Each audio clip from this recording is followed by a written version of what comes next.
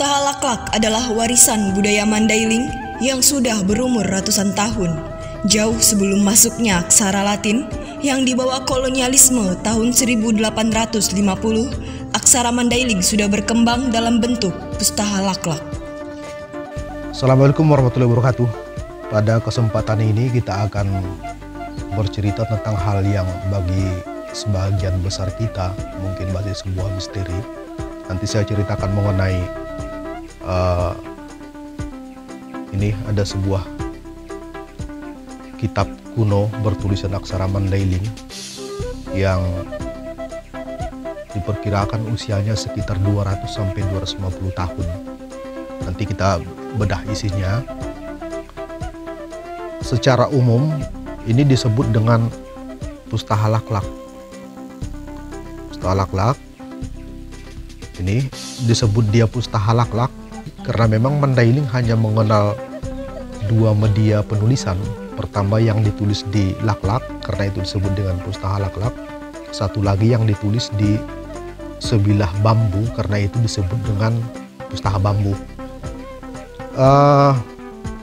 Ini disebut dia Pustaha Laklak ya karena memang ditulis di kulit kayu yang dibentuk sedemikian rupa. Kemudian susunannya berlipat-lipat. Ya, setiap pustaha tentu saja berbeda jumlah lipatannya. Tergantung keinginan si pembuat dan jumlah halaman yang ingin ditulis. Ya, tapi sebelum kita bercerita mengenai ini, kita bercerita sedikit tentang aksara tulak-tulak. Tidak semua penduduk Mandailing bisa menulis dan membaca aksara tulak-tulak. Hingga masa kolonialisme diperkirakan hanya 30% laki-laki dan 10% perempuan yang melek huruf tersebut. Biasanya yang paling sering menggunakan aksara tulak-tulak adalah datu, yakni seseorang yang diyakini memiliki kekuatan supranatural sehingga bisa berkomunikasi dengan roh leluhur atau makhluk gaib. Datu menggunakan aksara tersebut untuk menuliskan mantra atau resep obat tradisional. Resep obat tersebut disebut dengan pulungan ni ubat. Mantra adalah prosesi literar verbal yang diucapkan datu saat berkomunikasi dengan roh leluhur. Karena itu, bahasa bagi masyarakat tradisional Mandailing bukan hanya sebagai alat komunikasi antar manusia, tetapi juga sarana berkomunikasi dengan roh leluhur atau Maha Pencipta.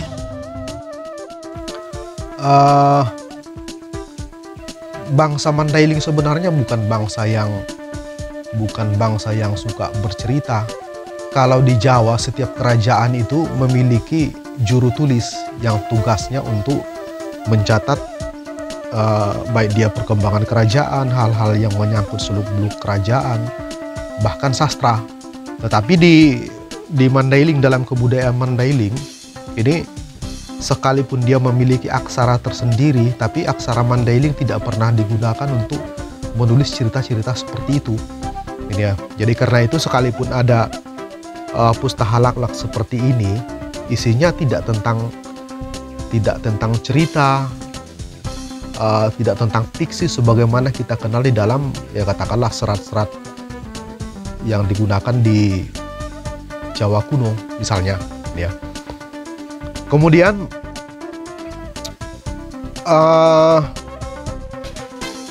aksara yang digunakan di dalam naskah ini, naskah klasik ini, menggunakan aksara Mandailing yang tentu saja dia berbeda karakter hurufnya dengan aksara-aksara yang kita kenal di wilayah Tapanuli lainnya. Ya katakanlah berbeda dengan aksara Toba, aksara Simalungun, aksara Karo dan lain sebagainya. Ya, tentang lebih mendalam mengenai aksara ini nanti kita kupas di sesi lainnya. Aksara ini sendiri,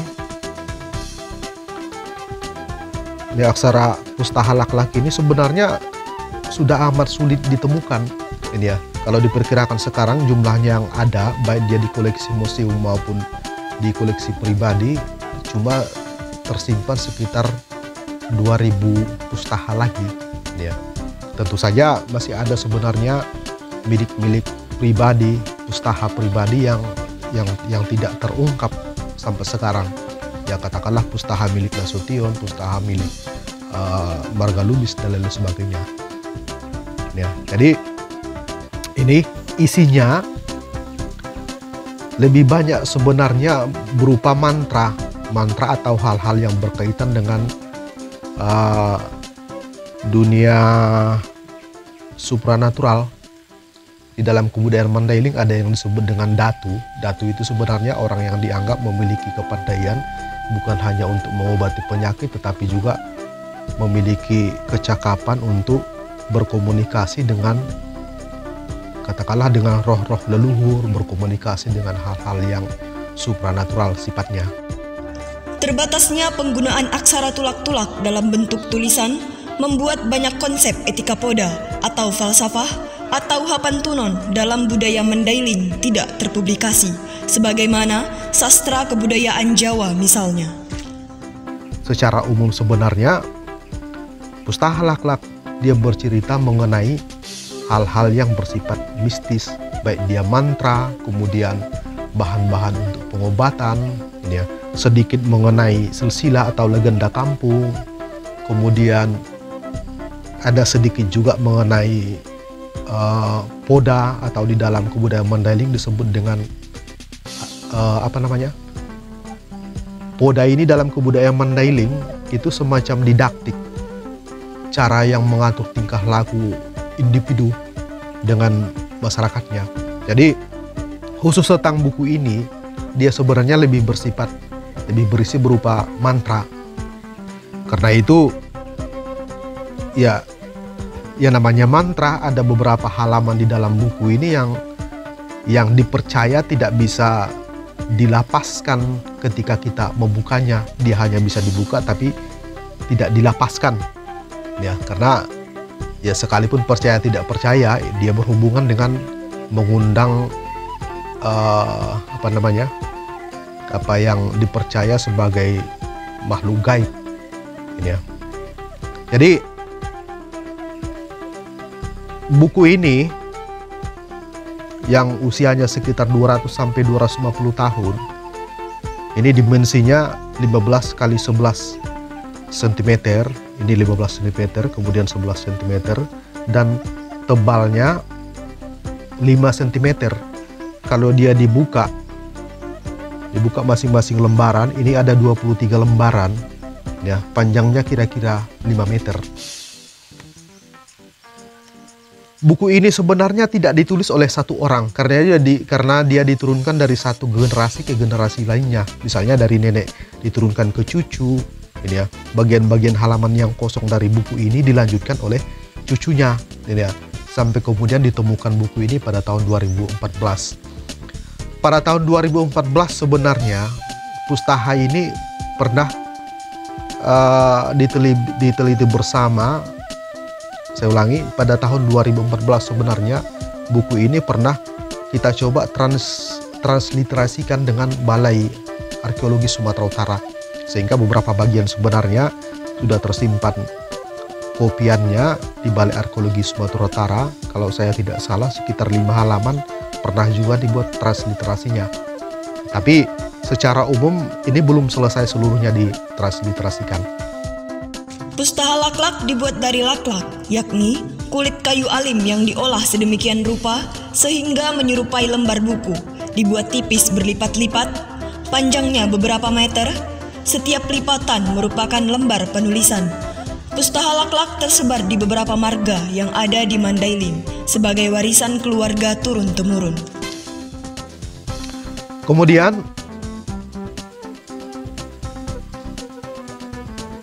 ceritanya, cara pembuatan pustaha ini kulitnya diambil dari kulit kayu alim. Nanti di frame berikutnya kita tunjukkan seperti apa batang kayu alim itu. Jadi ada kayu alim, kemudian ketika dia dipotong kulitnya bagian bawah lalu ditarik ke atas, dia tidak akan terputus, ini ya, sampai ke dahan terendah. Karena itu kayu alim untuk pembuatan buku seperti ini, dia bisa panjangnya bisa 5 meter, bisa 7 meter, atau bahkan bisa sampai 10 meter. Dia tergantung ke jarak dengan dahan terdekat. Nah, kemudian kulit kayu alim tersebut dikupas dan dipermak dia, dibersihkan sampai menyerupai lembaran buku seperti ini. Sampai menyerupai lembaran buku, kemudian dilipat-lipat sesuai dengan dimensi yang diinginkan. Jadi dimensi antara satu pustaha laklak dengan pustaha lainnya tidak sama dimensinya. Itu tergantung kepada selera pembuat. Ya. Untuk menulisnya itu digunakan tintanya dari arang yang dicampur dengan air tebu merah, dicampur sedemikian rupa sehingga menjadi larutan tinta. Untuk menuliskan tinta tadi ke media lembaran buku itu menggunakan, dalam bahasa Mandailing ini namanya tarugi atau lidi dari pohon enau. Ini ya. Pohon lidi ini nanti dia dipotong sepanjang apa? Sepanjang yang kita inginkan, ya katakanlah sepanjang ini. Kemudian nanti bagian ujungnya diruncingkan dan dibelah seperti pena. Ketika kita dulu menggunakan tinta cair, itu matanya mirip dengan ini. Jadi inilah yang digunakan, dicelupkan ke media tinta, kemudian baru dituliskan ke sini. Ini ya. Penulisan dari buku ini, dia dimulai dari halaman pertama, kemudian ke belakangnya dilanjutkan ke sini, sampai nanti di halaman terakhir ini ditulis, dia dibalik lagi,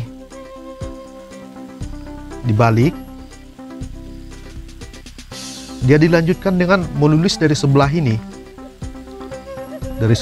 dilanjutkan ke sini lagi dan seterusnya. Jadi ya, sampai semua lembar terisi sesuai dengan kebutuhan. Ini ya. Kemudian di beberapa halaman ini, karena dia ditulis oleh dua atau beberapa penulis yang berbeda, karakter tulisannya tidak sama antara lembar-lembar sebelumnya dengan lembar seterusnya, karena dia tergantung kepada gaya penulis lanjutan. Ini ya. Karena itu tidak sama. Beberapa huruf juga ya sesuai dengan gaya karakter penulisannya, ada yang agak-agak sulit dibaca, ada yang masih mudah ditandai sebagai huruf-huruf tertentu sesuai dengan pakem huruf di dalam aksara tulak-tulak atau aksara Mandailing. Kemudian di beberapa lembar dari buku ini juga ada lambang-lambang binatang tertentu. Nah, ini seperti ini. Ada lambang binatang tertentu. Ini ya, lambang-lambang binatang ini yang dipercayai binatang-binatang yang memiliki pengaruh gaib terhadap kebudayaan Mandailing. Secara umum, buku ini sebenarnya menceritakan tentang Tagor. Ya, Tagor itu ya semacam sarana komunikasi di dalam kebudayaan Mandailing terkait dengan satu rumpun keluarga marga tertentu. Ya. Selain itu, saat invasi Padri atas wilayah Mandailing awal tahun 1800-an, banyak pustaha laklak yang dimusnahkan karena dianggap tidak sesuai dengan misi Puritan Islam yang dibawa oleh Padri. Tambahan lagi, masuknya misionaris Kristen di Mandailing tahun 1840-an. Banyak pustaha Mandailing yang diboyong ke Jerman dan Belanda untuk bahan penelitian. Pustaha-pustaha yang dikenal sekarang lebih banyak ditulis pasca berakhirnya Perang Padri. Karena itu, banyak jejak klasik dalam pustaha sebelum masuknya kolonialisme. Tidak ditemukan lagi di kawasan Mandailing, apalagi sastranya. Karena tidak pernah digunakan untuk menuliskan cerita, maka bahasa Mandailing tidak mengenal tradisi tertulis dalam bercerita. Berbagai cerita legenda etnik Mandailing hanya diturunkan secara lisan. Karena itu, sastra Mandailing adalah sastra lisan. Cerita legenda Sampuraga, Sitapis Suratagan, dan lain-lain hanya diceritakan dari mulut ke mulut.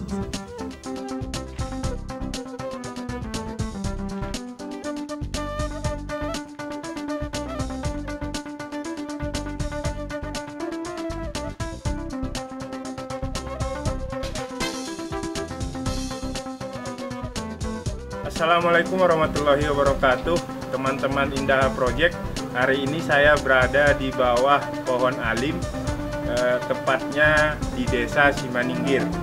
Nah, pada video ini kita sedang membahas terkait dengan Pustaha Laklak. Pustaha Laklak ini terdiri dari tiga bagian. Pertama ada kertasnya, kemudian ada tintanya, dan yang terakhir ada alat tulisnya. Di Pustaha Laklak yang menjadi kertasnya yaitu kulit dari pohon alim.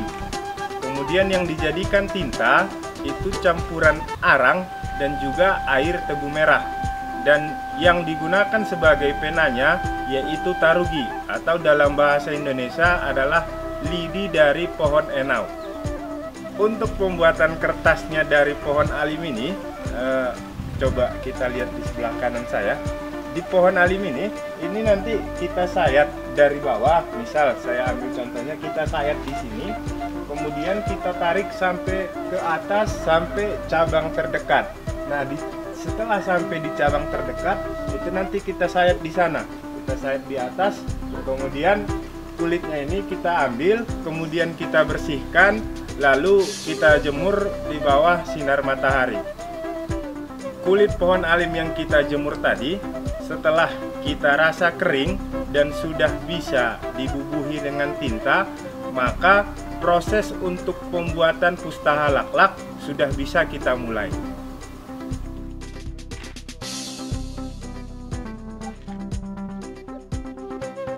Assalamualaikum teman-teman. Hari ini saya berada di area Dolok Simaningir, di mana konon katanya di area ini dulu adalah permukiman warga Simaningir.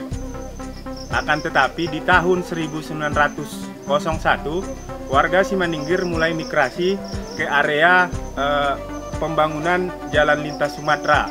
Jadi sekarang warga Simaningir tinggal di pinggir jalan lintas Sumatera. Nah, di posisi saya berdiri sekarang ini, saya berada di area Tagor, di mana Tagor ini adalah alat komunikasi pada zaman dulu. Tagor ini mempunyai pasangan. Kebetulan Tagor yang di sini adalah milik keluarga Rambe yang asalnya dari sekitaran Barumun sana. Jadi Tagor yang di sini pasangannya itu di sekitaran Barumun, atau ada yang bercerita bahwasanya desanya itu di Desa Sipiongot. Jadi ketika ada musibah, baik itu di Simaningir ataupun di Sipiongot sana, maka Tagor yang di sini akan berbunyi dan mengeluarkan bunyi dan juga getaran.